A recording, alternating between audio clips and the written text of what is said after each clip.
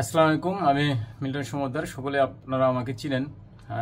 কিছুদিন পূর্বেও আমি বাংলাদেশের সর্ববৃহৎ অজ্ঞাত অসুস্থ, যাদের শরীরে ঘা পচন হয়ে যায়, যাদের বিভিন্ন অঙ্গহানি হয়ে যায় রাস্তায় চলতে চলতে, তাদের আশ্রয় কেন্দ্রের প্রতিষ্ঠাতা এবং পরিচালকের দায়িত্বে ছিলাম। তো বর্তমান সময়ে আমি দায়িত্ব থেকে দূরে আছি, আমাকে প্রশাসন দায়িত্ব থেকে দূরে রেখেছে। তো আজকে কিছু বিষয় আপনাদের সাথে শেয়ার করতে চাই। বিশেষ করে আমার বিরুদ্ধে আনিত যে অভিযোগগুলো আছে, সেই অভিযোগ নিয়ে কথা বলতে চাই। আমি জামিনে বের হয়েছি হলো 16 তারিখে, জুলাইয়ের 16 তারিখে আমি প্রশাসনের হাতে আটক হই ফার্স্ট মে মাসে, এবং আমি প্রায় 2 মাস 17 দিন জেল রিমান্ড সহ জেলে ছিলাম। তো যখনই আমি ফেসবুকে আসছি, ফেসবুক চলতে শুরু করছে, তখনই অনেকে বারবার অনুরোধ করতেছিল যে দাদা আপনি লাইভে আসেন এবং আপনার বিরুদ্ধে আনিত অভিযোগ বিষয়গুলো নিয়ে কথা বলেন। তো চাচ্ছিলাম যে লাইভে খুব শীঘ্রই আসবো, যদিও তারপরও একটা ভিডিও আপনাদের জন্য ছাড়ছি।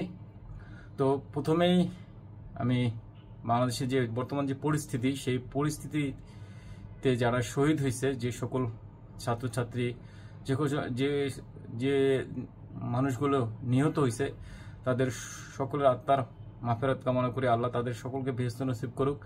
একই সাথে যে পরিবার সন্তান হারা হয়েছে, সেই পরিবারের বাবা মা স্বজনদের যেন আল্লাহ এই শোক সইবার তৌফিক দেন, সেই জন্য দোয়া করি। আসলে আমাদের বর্তমান সময়ে যে পরিস্থিতি, সেই পরিস্থিতিতে নিয়ে কিছু বলার মতো ভাষা আমার নাই, বলতেও চাচ্ছি না। বর্তমান পরিস্থিতিতে অনেক কিছু বলার ইচ্ছা থাকলেও বলছি না, কারণ আমি নিজেই কিছু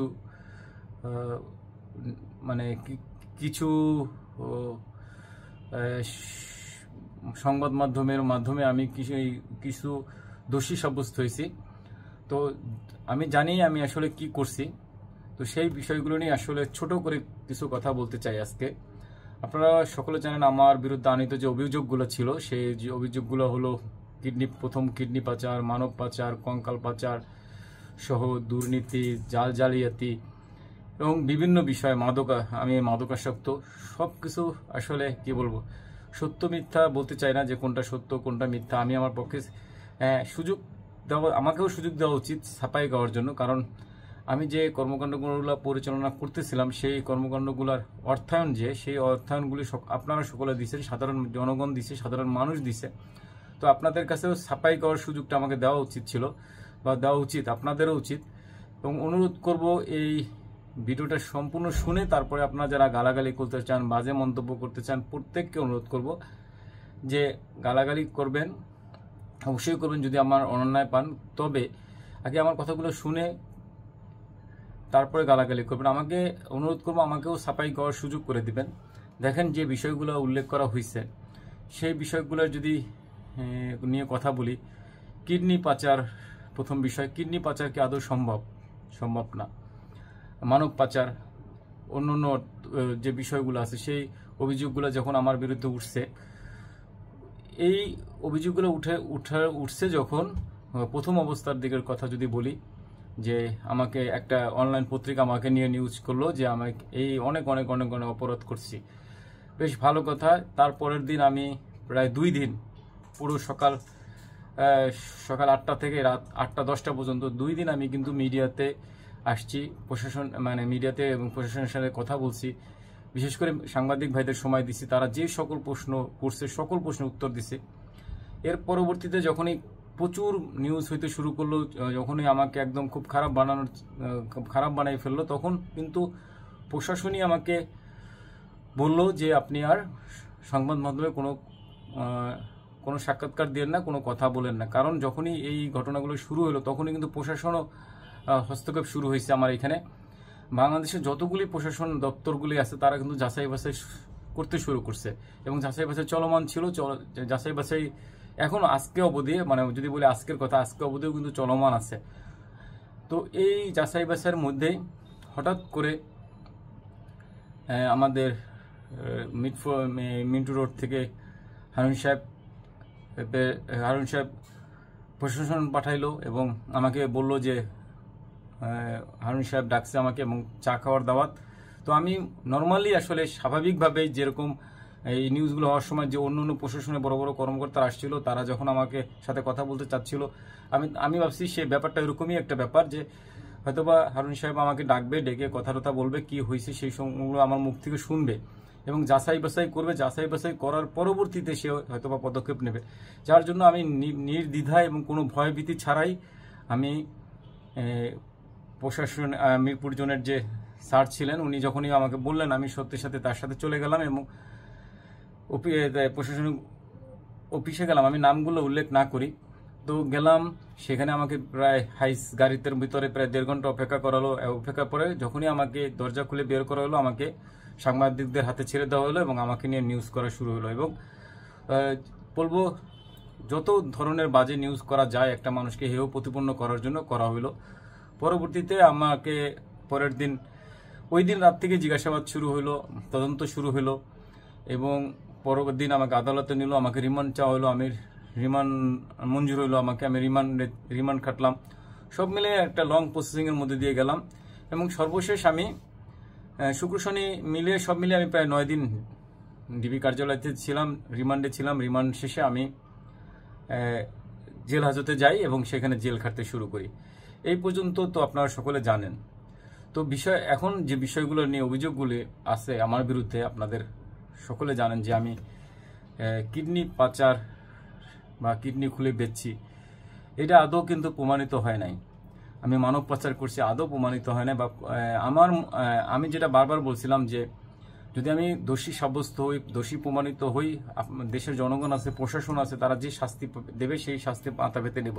এবং আজকেও বলতেছি, এই ভিডিওর মাধ্যমে বলতেছি, কারণ আমি এই সমস্ত কাজে কখনো জড়িত ছিলাম না। এবং একটা জিনিস আপনাদেরকে উল্লেখ না করলে হয়, একজন ব্যক্তি, শুধুমাত্র একজন ব্যক্তি এতগুলো অপকর্ম করলো, এটা কি করে করলো? এবং যে প্রতিষ্ঠানটা দীর্ঘ 10 বছর ধরে চলমান এবং চলমান থাকাকালীন শত শত অজ্ঞাত অসুস্থ বৃদ্ধ বাবা আশ্রয়তে ছিল, প্রতিবন্ধী শিশুরা ছিল, পাগলি বোনেরা আছে, সব মিলিয়ে প্রতিষ্ঠান বড়সড় এবং আপনাদের সকলের কাছ থেকে দান ভালোবাসা নিয়ে এই প্রতিষ্ঠান চলমান ছিল। আমার এখানে পর্যাপ্ত, মানে বলবো প্রতিদিনই প্রশাসনের যাতায়াত ছিল এবং শুভাকাঙ্ক্ষীদের যাতায়াত ছিল। আমার এখানে যারা দান করতেন, সাহায্য করতেন, তারা হাজারো শুভাকাঙ্ক্ষী আমার এখানে এসে দেখে গেছেন। আমার বিরুদ্ধে অভিযোগ ছিল এখানে টর্চার সেল আছে, আমার বিরুদ্ধে অভিযোগ ছিল যে আমি কিডনি পাচার করে উঠি আছে। আসলে এগুলি আসলে কখনোই ছিল না। এবং এই যারা আমরা শুভাকাঙ্ক্ষী, যারা আমাকে চিনেন খুব কাছ থেকে, যারা বারবার এখানে দান সাদগা জাকাত পাঠান, তারা যারা সরাসরি এসেছেন, তারা কখনো দেখছেন কিনা, তারা কখনোই দেখেন নাই। একই সাথে অভিযোগ উঠছে যে আমি মাদকাসক্ত কিনা। আসলে আমার কি সেই সময়টা আছে মাদকাসক্ত বা মাদক খাওয়ার মতো সময় তো আমার নাই। একই সাথে আমার মাদক খাওয়ার প্রয়োজনও নাই। আমি সারাদিনই কাজকর্ম নিয়ে ব্যস্ত। এবং একই সাথে যে আমার বিরুদ্ধে এই অভিযোগটা তুলছে, প্রশাসনকে অনুরোধ করবো, এখনো করবো প্রশাসনকে অনুরোধ যে তাকে জিজ্ঞাসাবাদ করা হোক, তাকে আটক করা হোক, জিজ্ঞাসাবাদ করে আদৌ আমি মাদকাসক্ত ছিলাম কিনা তার মুখ দিয়ে। এবং আরেকটা বিষয় বলি, আমি কিন্তু গভর্নমেন্টের আগে থেকেই গভর্নমেন্টের নজরদারিতে ছিলাম। বিভিন্ন পুরস্কার গভর্নমেন্ট যখন বিভিন্ন পুরস্কার সে ভূষিত করছে, তখন কিন্তু অনেক যাচাই বাছাই হয়েছে এবং আমার কাছে কিন্তু আছে, কি বলে, মেডিকেল সার্টিফিকেট আছে। এবং প্রশাসন চাইলে পারতেন যে আমাকে টেস্ট করাইতে, যেটা বলে ডোপ টেস্ট। প্রশাসন আমাকে ডোপ টেস্ট করায় নাই। এবং আমি বলবো যে আমার দিক থেকে প্রশাসনকে সর্বোচ্চ সহযোগিতা করছি, কোনো কিছু লুকাই নেই। আমি এবং আমার পরিবারও বারবার অনুরোধ করছিলাম যেন আমার পরিবারও কোনো কিছু না লুকায়। আর সত্যিকার অর্থে কি, আমার পরিবার এই বিষয়গুলো জানতোই না। আমার পরিবারে আমার 2টা বাচ্চা আছে, আমার ওয়াইফ চাকরিরত আছে, আমার ওয়াইফ পড়াশোনায় রত আছে। সব মিলে আমার ওয়াইফ ব্যস্ততায় ছিল এবং কোথায় কোন টাকা পয়সা, কোন জায়গায় কোন কাগজপত্র, সবগুলো আসলে কিন্তু মেনটেন করতাম আমি। এবং বলতে গেলে আমি এবং আমার পরবর্তীতে আমার ম্যানেজার কিশোর, এই 2 জন ছাড়া প্রপার ডকুমেন্ট আপনাদের কাছে তুলে ধরার আসলে কেউ ছিল না। যে আমার মনে হয় যেটা, যে আমার বিরুদ্ধে যে মানে কথাগুলো উঠছে সেগুলি দীর্ঘ সময় ধরে তদন্ত দরকার ছিল প্রথম অবস্থায়, আমাকে আটক না করে। তাহলে সুবিধা হইতো কি, আপনারা যদি আমার কাছে ডকুমেন্টগুলি চাইতেন আমি খুব সহজে দিতাম এবং আপনারা বুঝতে সহজ হইতো আপনাদের। যখনই আমি আটক হয়ে গেছি, ডকুমেন্ট বিভিন্ন প্রশাসন নিছে একতরফা এবং কিছু বিভিন্ন ছড়াই ছিটিয়ে গেছে, যে ডকুমেন্টগুলো অনেক কিছু হারাই গেছে। আমি যখন এখন জেল থেকে বেরোয় মানে কাগজপত্র ডকুমেন্ট অনেক কিছুই খুঁজে পাচ্ছি না। তো যাই হোক, প্রশাসন চাইলে আমাকে ডোপ টেস্ট করাইতে পারতো। ডোপ টেস্ট করানো উচিত আমি মনে করি। প্রশাসন যদি ডাকে আমাকে কখনো ডোপ টেস্ট করাবে, আমি মাদকাসক্ত কিনা আমি রাজি আছি আমি ডোপ টেস্ট করাতে। একই সাথে দুর্নীতির যে বিষয়টা আছে, আমার হাজার হাজার কোটি টাকা আমি আয় করে নিছি। আসলে আপনাদেরকে একটা বাস্তবতার কথা বলি, সেটা হলো যে আমার যে খরচ ছিল, এবং আপনারা 10 টাকা 20 টাকা আমি কখনোই আপনাদের কারো কাছ থেকে বলতে পারবেন না কেউ আমাকে কোটি টাকা বা 50 লাখ টাকা বা 20 লাখ টাকা দান করছে। সর্বোচ্চ আমাদের দান আসতো এক দুজন যে 10 লাখ টাকা। আমাদের কাছে সত্যিকার অর্থে 10,000 টাকাই অনেক টাকা, 50,000 টাকাই অনেক টাকা, 500 টাকাও বেশি অনেক টাকা। আমি সবসময় আপনাদের কাছে দান চাইছি 10 টাকা 20 টাকা 100 টাকা, এবং আপনারা সাধ্য মতো। আমি বলবো না যে আপনারা কেউ লাখ টাকা দেন নাই, অবশ্যই আমাকে অনেকেই লাখ টাকা দিছে, 1 লাখ 2 লাখ 10 লাখ পর্যন্ত টাকা দিছে। কিন্তু সেই টাকা থেকে আপনারা দেখবেন যে সাভারে বড় বৃহৎ পরিসরে আশ্রয় কেন্দ্র গড়ে তোলা হয়েছে, জমি কেনা হয়েছে, চাইল্ড ওয়েলফেয়ার স্কিমের নামে বাড়ি করা হয়েছে। এত কিছু করে প্রতি মাসে 30-35 লাখ টাকা খরচ বহন করার পরে আসলে কি দুর্নীতি করা সম্ভব কিনা? এবং সেটা কখনোই সম্ভব না। এবং এই খরচ বহন করে দুর্নীতি কিভাবে করব, এই প্রশ্নটা আপনাদের কাছে রাখলাম। একই সাথে বলতে চাই, কঙ্কাল পাচার, কিডনি পাচার যে কথাগুলো উঠছে, বা অঙ্গহানির ব্যাপার, এই ব্যাপারগুলো আদৌ মানে সম্ভবই না আমি বলবো। কারণ কখনো যদি অর্গান ট্রান্সফার করতে হয়, সেই কিন্তু অনেক টেস্ট মেস্ট আছে, অনেক ব্যাপার আছে, এটাগুলি খুব বেশি ভালো বলতে পারবে ডাক্তাররা যে কি কি প্রক্রিয়া আছে। আপনাদের অনুরোধ করব ভালো ডাক্তারদের কাছে যদি জানেন ভালো হবে। সর্বোপরি কথা হলো কি, আমার প্রতি কিছু মানুষের ক্ষোভ তৈরি হয়েছিল, এবং কিছু মানুষে আমার যে উত্থানটা, আমার যে ওঠাটা, আমাকে পরিচিতিটা, এটা অনেকের চোখে খারাপ লাগছে। আমি আপনাদের কাছে আরও কিছু কথা বলতে চাই। সেটা হলো, আমি গরিব ছিলাম, আমি গ্রামে ছিলাম, আমার পরিবারের অবস্থা খারাপ ছিল, আমার বাবা পাগল ছিল। একটা মানুষের জীবনে থাকতেই পারে, পৃথিবীর কোন মানুষটা আছে যে স্ট্রাগল করে নাই? যার কোটি কোটি টাকা আছে সেও কিন্তু স্ট্রাগল করে, আর যার কোটি কোটি টাকা নাই বা কখনো সে দুস্থ ছিল দেখে সে স্বাবলম্বী হইতে পারবে না, দুস্থ ছিল দেখে বা গরিব ছিল দেখে সে পরিশ্রম করে সফলতার মুখ দেখতে পারবে না, এটা এমনটা তো কথা না। আমি আজকের যে পর্যায়টায় আসছি, সেই পর্যায়টাতে আসতে আমাকে স্ট্রাগল করতে হয়েছে, পরিশ্রম করতে হয়েছে, আমাকে শ্রম দিতে হয়েছে, সব মিলে আমি আজকে এই জায়গাটাতে আসতে পারছি। তো এইটা তো অন্যায় না। যারা বলেন যে সে গরিব ছিল, আমি দেখলাম আসার পরে কিছু কিছু নিউজে দেখলাম যে আমি ভ্যান গাড়ি চালাইতাম, ভ্যান গাড়ি থেকে আজকে কোটিপতি। আমি বলবো না যে আমি ভ্যান গাড়ি চালাই নেই বলবো না, আবার বলবো না আমি ভ্যান গাড়ি চালাইছি। হ্যাঁ, আমি একটা সময় যখন আমার পেটে খাবার ছিল না, আমি যখন ছোটবেলা ছিলাম, আমার যখন ছোটবেলা বলতে কি আমি 2001-2 সাল পর্যন্ত যখন ঢাকাতে আসি, তখন আমি প্রচুর স্ট্রাগল করি, না খাইছিলাম, এগুলি সবগুলি সত্যি কথা। এবং আমি আপনাদেরকে বলবো, আমি গরিব ছিলাম, অসহায় ছিলাম, এটা তো সবার জীবনেই থাকতে পারে।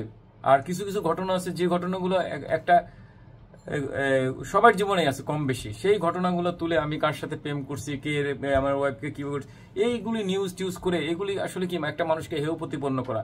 এগুলো তো আমি ওপেনই সবসময় আপনাদের কাছে শেয়ার করছি যে আমার এই অবস্থা ছিল, আমি খুব দরিদ্র পরিবার থেকে উঠে আসছি। আমি মানুষের জীবনে ভুল ত্রুটি থাকতেই পারে।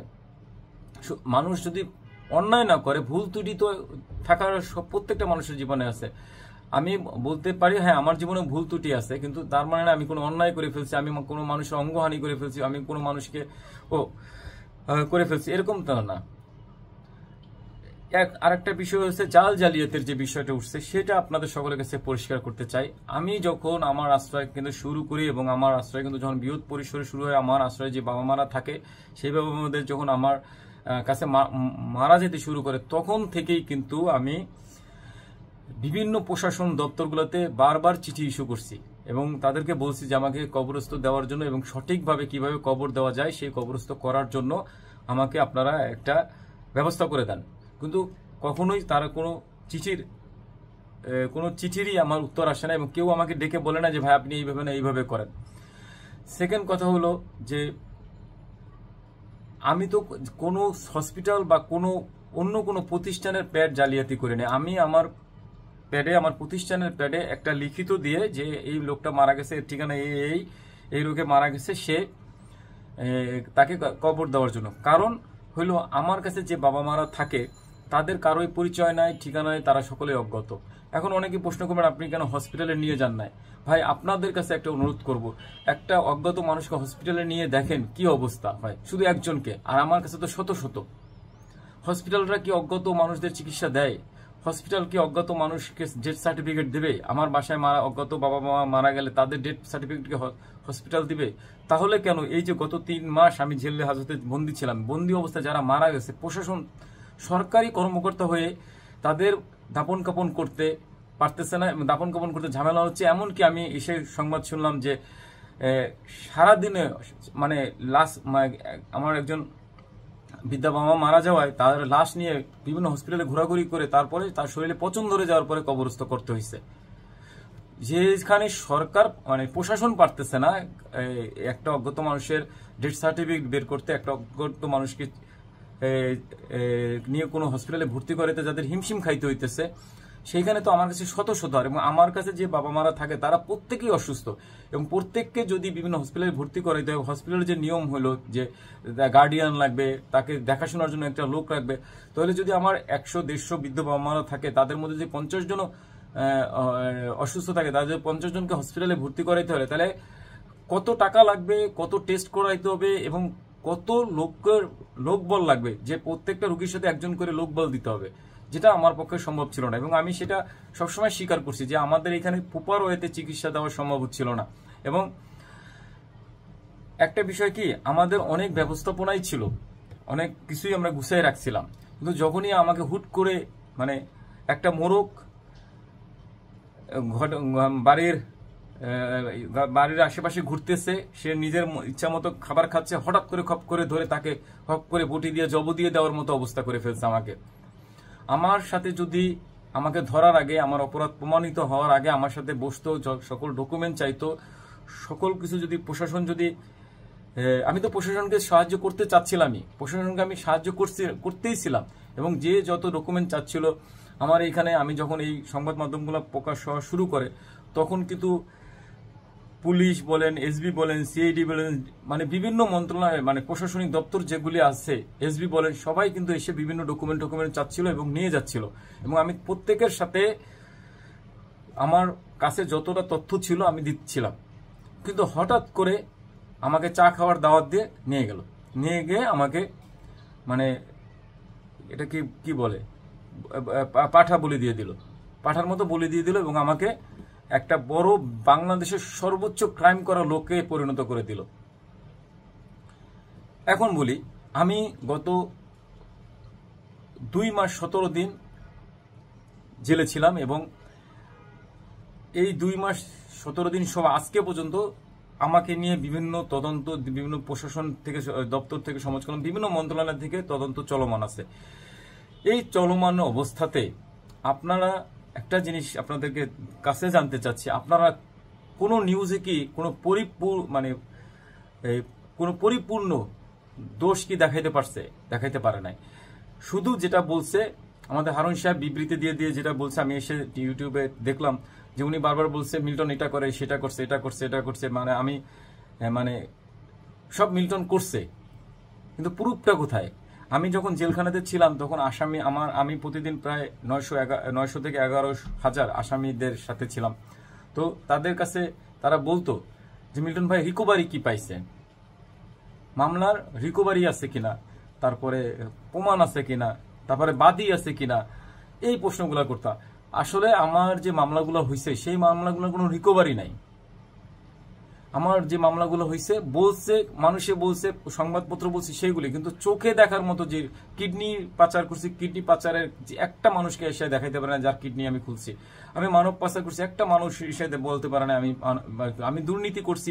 দুর্নীতি করা কি এত সম্ভব? সেই দুর্নীতির একটা চিঠি বা দুর্নীতির কোনো কাগজপত্র এখন পর্যন্ত কোনো প্রশাসন বা কোনো মন্ত্রণালয় এসে দেখাইতে পারে নাই বা দেখায় নাই।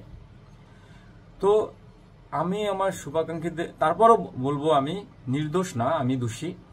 আমার ভুল ত্রুটি ছিল, ভুল থাকতে পারে, কারণ আমি একজন মানুষ, আমি একজন ব্যক্তি, সেই ব্যক্তি একটা প্রতিষ্ঠান এবং আমি শিক্ষাগত যোগ্যতা বলেন সব মিলে আমি এই দায়িত্বতে দেখে দেখে বুঝে বুঝে মানে করতে করতে শিখছি।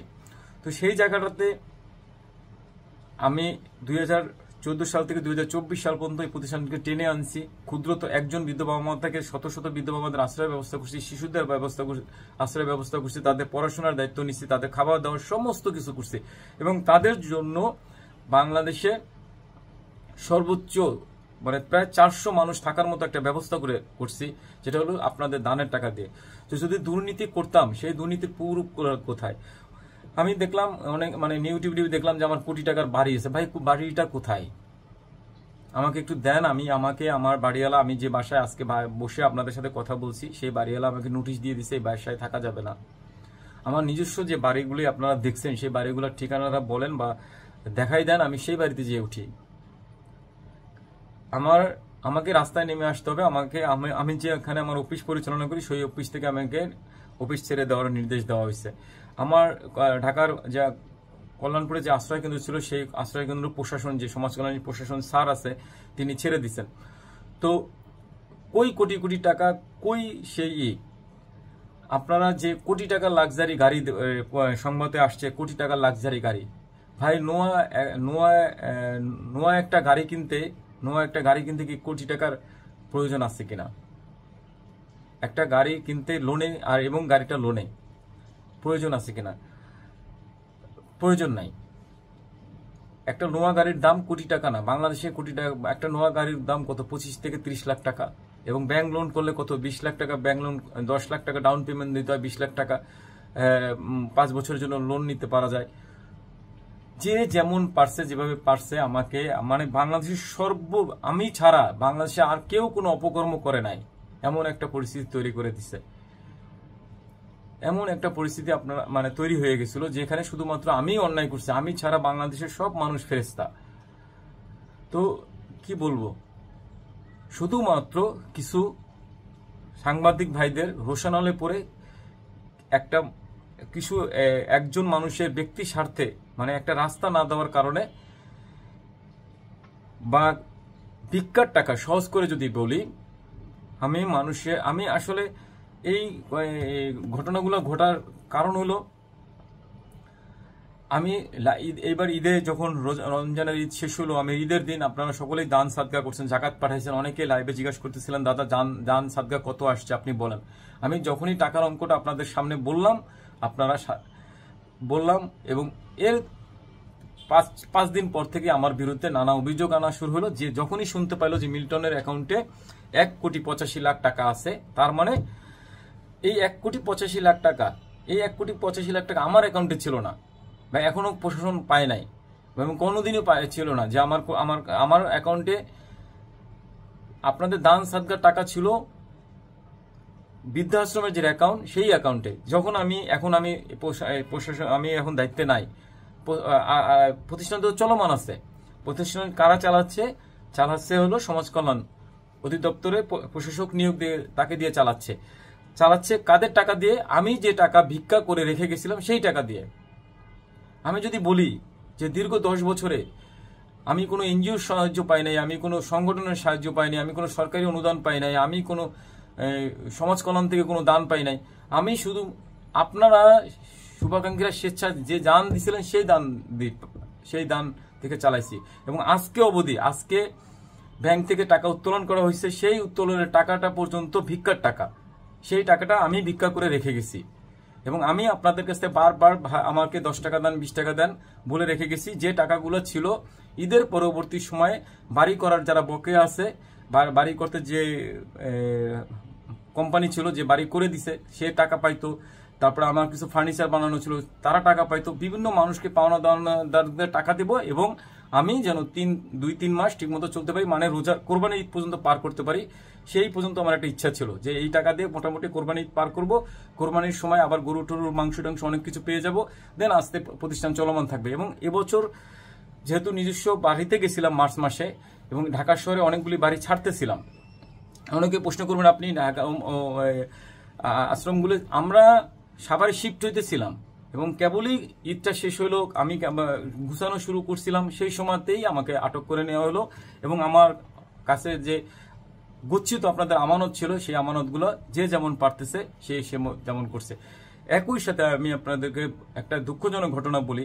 আমি যাওয়ার পরে আমার স্টাফরা পাইছে ভয় এবং তারা যে যেভাবে পারছে আমাদের আশ্রয় কেন্দ্রের যে সরঞ্জাম ছিল, যে যেভাবে পারছে ছুটে নিয়ে গিয়ে বিক্রি টিক্রি করে, মানে শত শত মানে কয়েক লাখ টাকা নষ্ট করে ফেলছে শুধুমাত্র আমাকে ধরে আটক করে। আমাকে আপনারা বিচারে আওতায় আনতে পারতেন, আমাকে যদি আপনারা গোপনে গোপনে আমাকে সামনে রেখে বা আমার সামনাসামনি রেখে আমাকে জেলে না ভরে জেল থেকে বাইরে রেখে যদি আপনারা জিজ্ঞাসাবাদ করতেন, আমাকে ডাকতেন, আমার কাগজপত্র দেখতেন, আমাকে যাচাই বাছাই করতেন, তাইলে এই দুর্ভোগগুলো হইতো না।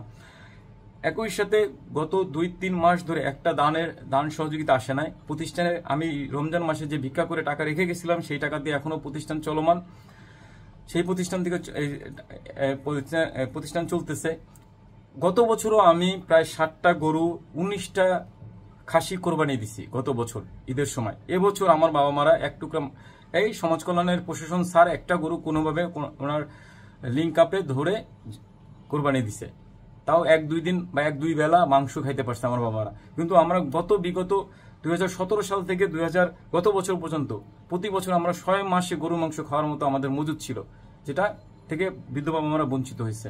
এবং আমি আসার পরে যেটা শুনতে পাচ্ছি যে আমাদের বর্তমানে সবজি ছাড়া, তরকারি ছাড়া কোনো কিছু খাওয়া দাওয়া হচ্ছে না এবং নতুন তো কোনো অজ্ঞাত বৃদ্ধ বাবাকে আশ্রয় তোলাও হচ্ছে না।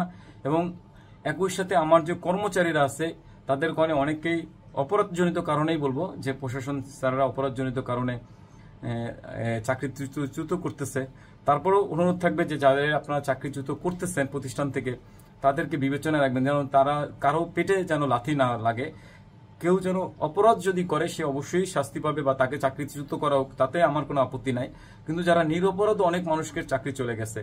একই সাথে আমার কিছু স্টাফরা আমাদের মেডিকেল সরঞ্জাম বলেন, আমাদের খাতাপত্র বলেন, তারা মানে খাতাপত্র বস্তা ভরে ভরে বিক্রি করে ফেলছে। আমাদের জিনিসপত্র যে যেভাবে পারছে সরাই ছিটাই নিয়ে বিক্রি করে ফেলছে। এরপরে যে ফাউন্ডেশন আসছিল তারা আমাদের গাড়িগুলো ইউজ করছে, গাড়িগুলো ইউজ করে সেই গাড়িগুলো দিয়ে তারা বিভিন্ন জায়গায় ট্যুর করছে, মানে মানুষের সহযোগিতার নামে তারা ব্যক্তিগতভাবে ইউজ করছে বিভিন্ন জায়গায়। যে গাড়িগুলি মানে আমাদের প্রত্যেকটা গাড়ি যে যেভাবে পারছে ব্যবহার করে নষ্ট করে ফেলছে গাড়িতে। মানে এখন আমি আসার পর এগুলি ঠিকঠাক করতে আমার হিমশিম খেয়ে যাচ্ছি।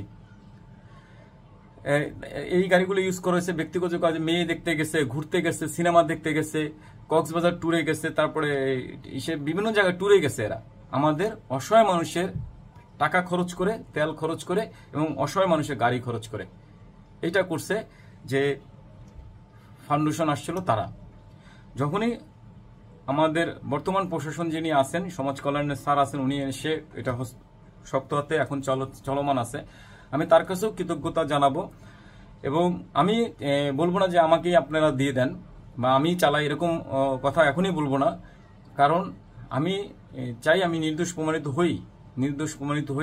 যদি নির্দোষ প্রমাণিত হই এবং সরকার যদি চিন্তা করে না আমি সঠিক লোক বা সমাজ কল্যাণ যদি ঠিক করে যে আমি সঠিক লোক, সেক্ষেত্রে যদি তারা দায়িত্ব দেয় আমি চালাবো।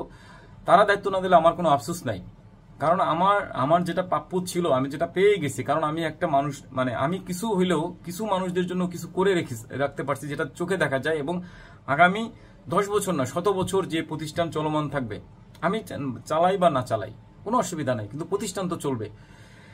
তবে যেটা ছিল আর কিছুটা সময় পাইলে, যদি আরো কিছুদিন সময় আমি চালানোর আমার হাতে থাকতো, সেক্ষেত্রে দেখা যেত আমরা একটা নিজস্ব আয়ের উৎস করতে পারতাম বা আমাদের প্রতিষ্ঠানের যে কাজগুলো রয়ে গেছে, অনেক কাজ রয়ে গেছে এবং প্রায় আমার কাছে পাওনাদার আছে, অনেক যারা অনেক টাকা পায়, যারা বিশেষ করে যে বিল্ডিংটা কমপ্লিট করছে যে কোম্পানি, সেই কোম্পানি টাকা পায়। ফার্নিচার যে তৈরি করতে দিচ্ছি 2-3 জায়গায়, সেই ফার্নিচার আলাদা টাকা পায়, থাই গ্লাসের আলাদা টাকা পায়, গ্রিলের দোকানে টাকা পায়। অনেক অনেক ঋণ আছে, যে ঋণগুলো পরিশোধ করা হয় না। এবং আমি যখনই জেল থেকে বের হয়েছি, ঋণ আলাদা আমাকে এখন চেপে ধরছে এবং আমাকে কাছ থেকে এই মুহূর্তে টাকাটা উদ্ধার করার জন্য চেপে ধরছে। একই সাথে আমার যে আমি যেটা বললাম, আমার বাসা থেকে আমাকে নিষেধ করে দেওয়া হয়েছে, অফিস থেকে নিষেধ করে দেওয়া হয়েছে যে বাসা ছেড়ে দিতে হবে। সব মিলে আমি খুব চাপের মধ্যে আছি এবং দেশের পরিস্থিতিটাও এমন যে মানে কোনো জায়গায় দৌড়ঝাঁপ করে কিছু করাও সম্ভব হচ্ছে না। সব মিলে কি বলবো, আমি আমার শুভাকাঙ্ক্ষীদের কাছে একটা জিনিস বলতে চাই, দেখেন আমি যদি দুর্নীতি করতাম, আমার কাছে যদি 1000 কোটি টাকা থাকতো, তাহলে কি আমি দেশে থাকতাম, বা আমি কি প্রশাসনের হাতে ধরা পড়তাম? বাংলাদেশে এমন দুর্নীতি যাদেরই নামে উঠছে, তারা কেউ কি দেশে আছে? তারা সবাই পালাই গেছে। আর আমাকে তো প্রশাসন কোনো দূর থেকে ধরে নাই, আমাকে প্রশাসন ধরছে আমার আশ্রয় কেন্দ্র থেকে, এবং আশ্রয় কেন্দ্র থেকে তারা চা খাওয়ার কথা বলে তাদের কার্যালয়ে নিয়ে গেছে এবং জিজ্ঞাসাবাদ করছে। তারা মামলা দিছে একের পর এক, এবং মামলাগুলো দিছে হলো শুধুমাত্র আমি বলবো কিছু হলুদ সাংবাদিক ভাইদের রোষানলের কারণ হয়ে গেছি আমি, অন্য কিছুই না। আপনারা যারা আমাকে বাজে মন্তব্য করেন, বাজে গালাগালি করেন, তাদেরকে অনুরোধ করব, ভাই যে মানুষটা এত এত টাকা দুর্নীতি করলো, এত কিডনি পাচার, আর যে কিডনি পাচার যদি করে থাকি, কিডনি পাচার করে কি দেশে বসে থাকবো আমি? তারপরে যদি কঙ্কাল পাচার করি, মানব পাচার করি, এরা কি দেশে বসে থাকবে? এবং একজন মানুষ এতগুলি অপকর্ম করলো, বাংলাদেশের প্রশাসন জানলো না। এবং গত 10টা বছর ধরে করলাম, বাংলাদেশের প্রশাসন জানলো না। যেখানে প্রশাসনের রাত 2টা নয়, 3টা নয়, 5টা নয়, দিন রাত পুলিশ আসতো, যেখানে সবসময় শুভাকাঙ্ক্ষীরা আসতো, কেউ জানলো না। আমি নেশাগ্রস্ত, আমার সহকর্মীরা জানবে না? আমি এতগুলো তো অপকর্ম করছি, আমার সহকর্মীরা জানবে না? আমার পরিবার জানবে না? কেউ জানলো না, কিন্তু আমি দোষী হয়ে গেলাম। আপনাদেরকে বলি, আসলে ভাই আমাকে বলির পাঠা বানানো হইলো, যেটা মানে মেনে নিতে পারি না। অনেক সময় মানে দুঃখে বুকটা ফাইটে যায়। আমি বলবো যে আমার ভুল ত্রুটি থাকতে পারে, মানুষ মাত্রই ভুল থাকতে পারে, অনেক কাগজপত্রের লিকেজ থাকতে পারে, কিন্তু আমার বিরুদ্ধে যে এলিগেশন গুলো আনা হইলো, সেই এলিগেশন গুলাকে এই যে 2.5 মাস আমি জেলে ছিলাম, এখন আমি আছি কই? এখন পর্যন্ত কোনো একটা রিপোর্ট বের হইলো না কেন? যে আমি এই দুর্নীতি শক্ত করে কেউ বলতে পারতেছে না কেন যে সত্যি এই লোকটা এই দোষ দুর্নীতি করছে, এই লোকের কিডনি বিক্রি করছে? কেউ বলতে পারলো না। আপনারা যারা বারবার লাইভে বলতেছিলেন, মেসেজে লিখতেছিলেন, দাদা লাইভে এসে পরিষ্কার করেন, তাদেরকে সংক্ষেপে বললাম, আসলে অনেক কথা আছে আপনাদের সাথে, অনেক কথা বলতে চাই, অনেক কথা বলবো, আবার কথা মনে পড়লে এসে বলবো। তো আমি আপনাদের কাছে স্বীকারোক্তি দিব, বা আমি আমার ছাপাই আপনাদের কাছে তুলে ধরবো ছাপাই, কারণ আমি যদি অন্যায় না করে থাকি সেটা আপনারা আমার কথার মধ্যেও বুঝবেন। অনেকে চিটার বলেন, বাটপার বলেন, আমাকে মানে যে বেজে পারেন, অনেকে না বুঝে গালাগালি করতেছেন। কিভাবে বুঝাবো আপনাদেরকে? মানুষকে কিভাবে বুঝাবো? বুঝানোর সক্ষমতা হারাই ফেলছি, যে মানুষকে এইভাবে বললে মানুষ বিশ্বাস করবে যে আমি অপরাধ করিনি, আমি অপরাধী না। তারপরে একটা জিনিস বলি, আমি যদি এত এলিগেশন যে ছিল আমার নামে, আমি কি খুব সহজে জামিনে আসার যোগ্য ছিলাম? আমার কাছে অত অর্থ সম্পদ ছিল না যে আমি অনেক টাকা পয়সা ব্যয় করে জামিনে বেরোবো। আমাকে যে পরিস্থিতিতে ধরে নেওয়া হয়েছে, এবং আমাদের ধরে নেওয়ার পরে আমাদের প্রতিষ্ঠানের আমার ব্যাংক অ্যাকাউন্টে তো টাকাই ছিল না, ছিল হলো আমাদের প্রতিষ্ঠানের অ্যাকাউন্টে, চাইল্ড স্কারের অ্যাকাউন্টে ছিল। সেই অ্যাকাউন্ট তো গভর্নমেন্ট হাতে নিয়ে নিছে, গভর্নমেন্ট যাচাই বাছাই করার জন্য সবকিছু, আমার সবকিছু টোটাল আমি বলবো আমার সবকিছু আটকেই ধরা হয়েছে, এবং আমাকে যাচাই বাছাই করা হয়েছে। একই সাথে বলবো, আমি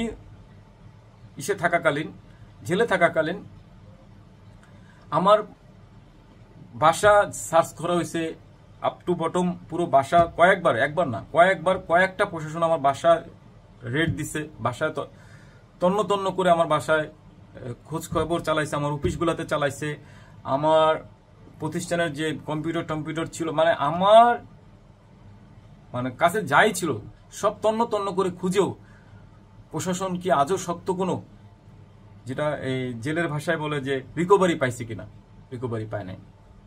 এবং আমার বিশ্বাস প্রশাসন যদি সঠিক তদন্ত করে তাহলে আমার বিরুদ্ধে আনিত একটা অভিযোগও তারা প্রমাণ করতে পারবে না। যদি প্রশাসন বিবেকে দিয়ে তদন্ত করে, এবং আমি বিশ্বাস করি এতদিন যে তদন্ত চলমান ছিল সেই তদন্ত সঠিক ছিল, কারণ তদন্তে প্রশাসনকে বিব্রত করা হয় না বা প্রশাসন সঠিক তদন্ত করতেছে আর কি। আমার বিশ্বাস, আমি বিশ্বাস করি যে প্রশাসন, যে সকল প্রশাসন আমার বিরুদ্ধে আনিত অভিযোগের তদন্ত করতেছে তারা সঠিক। কারণটা হলো তারা সঠিক তদন্ত করতেছে। যদি আমার কাছে তারা মানে কি বলবো, শুধু তথ্যগুলো চাচ্ছে তোরা। একই সাথে ধন্যবাদ দিতে চাই আমার সাথে আমি জেল হাজতে থাকাকালীন যে আসামিরা ছিলেন, আমি ঢাকা জেলে ছিলাম, জেল সুপার স্যারকে ধন্যবাদ দিতে চাই যে উনি আমার জেল সুপার জেলার যে ওনারা আমার নিরাপত্তার ব্যবস্থা করে দিচ্ছে। জেলে আমরা প্রতিদিন 9 থেকে 11-12 হাজার আসামি থাকে, অনেক কিছু জেলের মধ্যে ঘটে যাওয়া সম্ভব ছিল, সেই জায়গাটা থেকে সেখানে আমি নিরাপদ ছিলাম।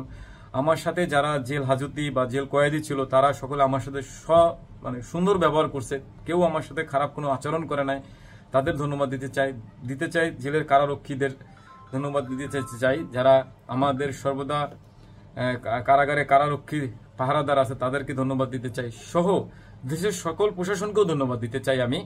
কারণ আপনারা যে মুহূর্তে আমাকে নিয়ে তদন্ত শুরু করছেন এবং আমি যদি আপনাদের তদন্তে নিরপরাধ প্রকাশ পেয়ে যাই, সেটা আমার জন্য অনেক বড় সুফল বয়ে আনবে বলে আমি বিশ্বাস করি। এই আটক হওয়া বা এই তদন্ত হওয়া বা এই জেল খাটা নিয়ে আমার খুব দুঃখ নাই, তবে এইটা আরো অন্যভাবে হইলেও হইতে পারতো। আমাকে জেলের বাইরে রেখেও করলেও তারা কিন্তু তদন্ত করতে পারতো। আমাকে জেলে একদম ধুম করে জেলে না দিয়ে আমার বিরুদ্ধে এত অভিযোগ না এনে, অভিযোগ আনা হয়েছে ঠিক আছে, কিন্তু অভিযোগগুলো আমাকে বাইরে রেখেও আমাকে আমাকে মানসিক টর্চার, শারীরিক টর্চার না করে জেল হাজতে না পাঠাইও বা আমার পরিবারকে বিব্রত না করে, আমার সন্তান দুইটাকে ভয়ভীতি আমার সন্তানরা যখন বিভিন্ন প্রশাসন, পুলিশ বা বিভিন্ন এইগুলো, আমার সন্তানরা তো ভয় পাইছে বা মানে আমি অনেক বিতর্কিত হয়েছি, মানে বিতর্কিত বলে এটা কি বলে, আমি হয়রানি হয়েছি, যে হয়রানিটা না হইলেও হইতো। তারপরও বলবো যে তদন্ত চলমান আছে, তদন্ত চলমান থাকুক, দেখা যাক কি হয়। আমি কেবলমাত্র স্থায়ী জামিনে আছি বাইরে, আমি এখনই বলতেছি না আমি সম্পূর্ণ নিরাপদ, কিন্তু আমি এতটুকু সৎসাহস নিয়ে বলতে পারি আমার বিরুদ্ধে আনিত অভিযোগগুলো প্রমাণিত হবে না। সেটা হলো আমার নিজস্ব ছাপাই। আমি নিজস্ব ছাপাই দিতে চাই যে আমার বিরুদ্ধে আনিত অভিযোগগুলো সঠিকভাবে প্রমাণিত হবে না।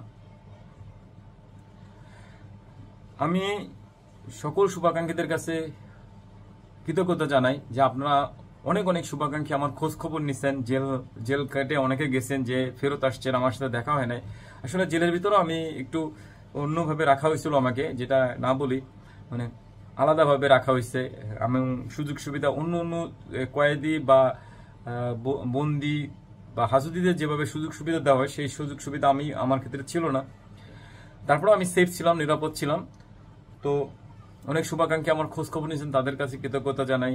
আমি অনুরোধ করবো, আসলে আমি কোনো অপরাধ করি নাই, আপনারা বিশ্বাস করেন যে আপনাদের কাছে এতটুকু বলবো, আপনারা বিশ্বাস করতে পারেন আপনাদের মিল্টন, আপনারাই আমাকে মিল্টন মানে এই জায়গাটা থেকে নিয়ে আসছেন, আপনারা এই প্রতিষ্ঠানকে এত বড় করছেন, আপনাদের কারণেই শত শত হাজার অসহায় মানুষ আশ্রয় পাইছে, শত শত মানুষ দাপন কাপন পাইছে। আপনাদের সহযোগিতায় অনেক দুস্থ গরিব মানুষকে সহযোগিতা করতে সম্ভব হয়েছে শুধুমাত্র আপনাদের সকলের সহযোগিতায়।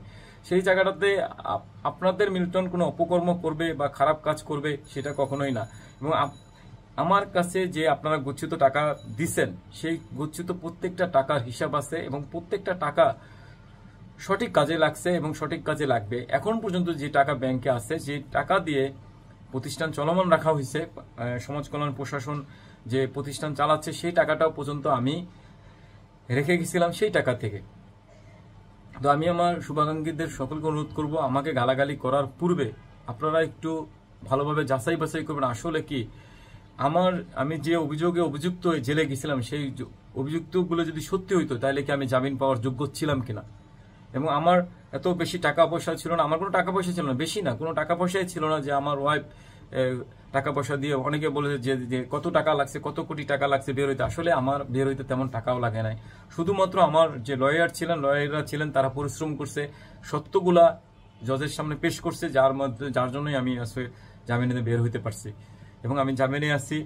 এবং বর্তমানে আমি চাইল্ড ওয়েলফেয়ারের কোনো দায়িত্বে নাই, প্রশাসন আমার সমাজ কল্যাণ এখনো আমাকে কোনো কিছু বলে নাই। তবে আশা করি যদি আমি নিরপরাধ হই হয়তোবা প্রতিষ্ঠানের সুযোগ পাবো চালানোর, কারণ আমাকে সুযোগ দিলে ভালো, সুযোগ কি বলবো আসলে এটা না বলি কি বলার মতো, এটা প্রশাসনের ইচ্ছা, প্রশাসন দিলে দিবে, না দিলে তো কিছু করার নাই, না দিলে আর কি করার। কিন্তু আমার এই 10 বছরে বলবো আমি কখনো দুর্নীতিতে ছিলাম না। আমার বাবা আমার বিরুদ্ধে যে টর্চারের অভিযোগগুলো নিয়ে আসা হয়েছে, আমি টর্চার করছি, আমি এগুলো আসলে কি বলবো, আমার পেজে গেলে শত শত হাজারো ভিডিও পাবেন, একটা ভিডিওতেও কি এরকম কোনো দেখছেন যে কোনো বাবা মা বলছে আমি টর্চার করছি? অথবা সেটা বাদই দেয়, ভিডিও ধরে নিলাম ভিডিও কারসাজি করা যায়, কিন্তু যে শুভাকাঙ্ক্ষীরা আসছে এমন কোন শুভাকাঙ্ক্ষীকে বলছে যে বের হয়ে যে মিল্টন টর্চার করছে এরকম? আসলে এখন একটা সেটা এখন হয়তো বা কেউ কেউ বলতে পারে, কিন্তু আসলে যখন ঘটনাগুলো ঘটছে বা ঘটনাগুলো আপনারা জানছেন তখন কেন এগুলোর আমাকে সাবধান করা হয় নাই? আমার এখানে তো পুলিশ সর্বদা আসতো এবং দেশের প্রশাসনিক মানে আইন যারা মেনটেন করে, যে সকল প্রশাসন যেসব দপ্তরগুলো আইন মেনটেন করে, পুলিশ বলেন, সিআইডি বলেন, এসবি বলেন, ডিবি বলেন, পিবিআই বলেন, সব কর্মকর্তা, এই সকল মানুষগুলো, এই দপ্তরের মানুষগুলো কেউ না কেউ তো আমার এখানে ঘুরে গেছে। রাত 2টা নাই 3টা নাই ফায়ার সার্ভিসের লোকজন রুগী নিয়ে আসছে, বাচ্চা নিয়ে আসছে, পুলিশ নিয়ে আসছে, পিবিআই নিয়ে আসছে, সিআইডি রেখে গেছে, এসবি রেখে গেছে যে ভাই এই বাচ্চাটা এই অসুস্থ মানুষটাকে রাস্তায় পাইছে, আপনার কাছে আশ্রয় দেন। তারা ঘুরে দেখছে প্রতিষ্ঠান, এবং ঢাকার মতো জায়গায় এবং কল্যাণপুরের মতো একটা জনবহুল এলাকার মধ্যে এত এত দুর্নীতি করলাম, কেউ জানলো না। এটাও কি সম্ভব ছিল? যাই হোক, আমার শুভাকাঙ্ক্ষীদের সকলের কাছে অনুরোধ করবো আমার জন্য দোয়া করবেন, আমার বাবা মা যারা আছে তাদের জন্য দোয়া করবেন, আমার শিশু যারা আছে তাদের জন্য। ওদের খুব দেখতে মন চায়, মানে ওদের জন্য আসলে পাগল হয়ে যাচ্ছি বের হওয়ার পরে ওদের কাছে যাওয়ার জন্য, কিন্তু যেহেতু প্রশাসন সমাজ কল্যাণ থেকে নির্দেশনা নাই আমি যেন যাই, সেজন্য আর যাচ্ছি না। খুব মায়া লাগে, খুব কান্না করতে ইচ্ছা করে যে আমার গড়া, আমার নিজ হাতে গড়া, আমার রক্ত জল করা, রাতের পর রাত, দিনের পর দিন, বছরের পর বছর যে প্রতিষ্ঠান, যে মানুষগুলোকে ভালো রাখার জন্য চেষ্টা করলাম, যে প্রতিষ্ঠানের জন্য এত কিছু করলাম, সেই প্রতিষ্ঠানে আজকে ঢুকতে পারতেছি না। আমাকে ঢুকতে হলে অনুমতি নিতে হবে, যেটা আসলে মাইনে নিতে পারতেছি না। যার জন্য আসলে কি বলবো, আপনাদের কাছে একটা অনুরোধ করি, সর্বশেষ অনুরোধ, সেটা হলো আমার কাছে যে টাকা পয়সা আছে, আমার যে বাড়িটা আছে বা আমার আশ্রয় কেন্দ্রের যে জমিটা আছে, সব আপনারা নিয়ে যান, আমার সবকিছু আপনারা নিয়ে যান, শুধু আমার বাচ্চাদের এবং আমার বাবা মাদের আমাকে ফেরত দেন। আমার বাবা মা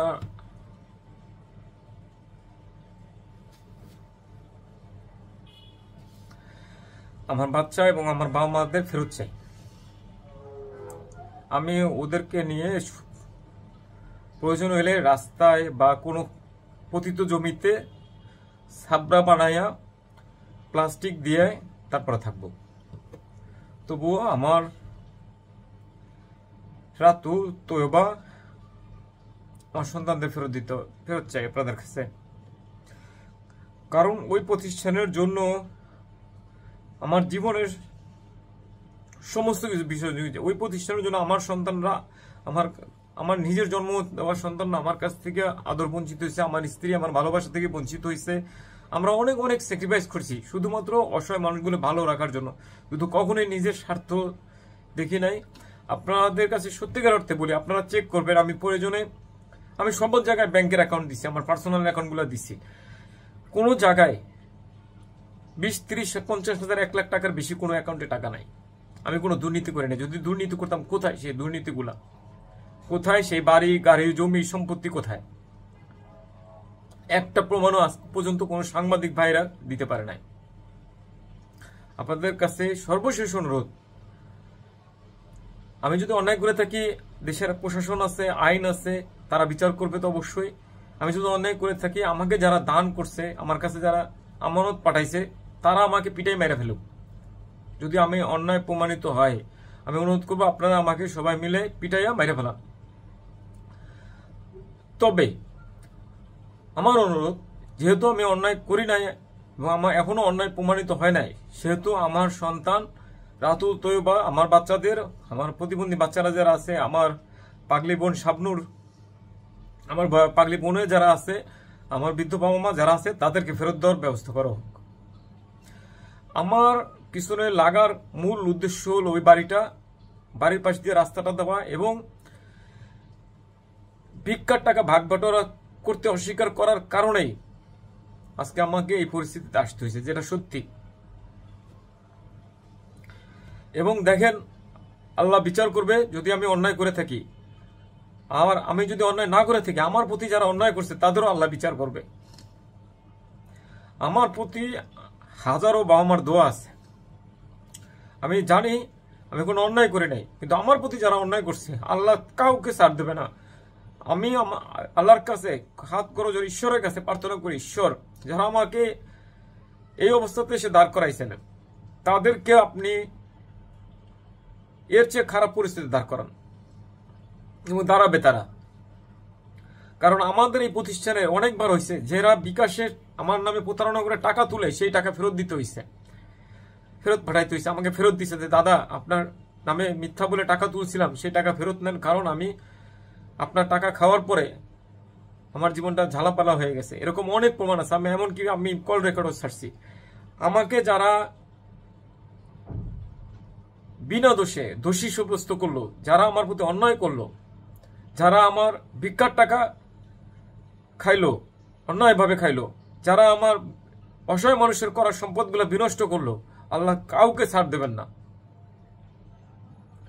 অসহায় মানুষের জন্য করা সম্পদগুলা যারা খাইলো, যারা ভাগ বেটরা খাইলো, যারা অসহায় মানুষের টাকাগুলা খাইলো, তাদের প্রত্যেকের আল্লাহ বিচার করবে। হয়তোবা আমি তাদের কিছু করতে পারবো না, কিন্তু আল্লাহ নিশ্চিত করবে। আমি আপনাদের সকলের কাছে অনুরোধ করতে চাই যে আমার সন্তানদের আমার কাছে ফেরত দাও।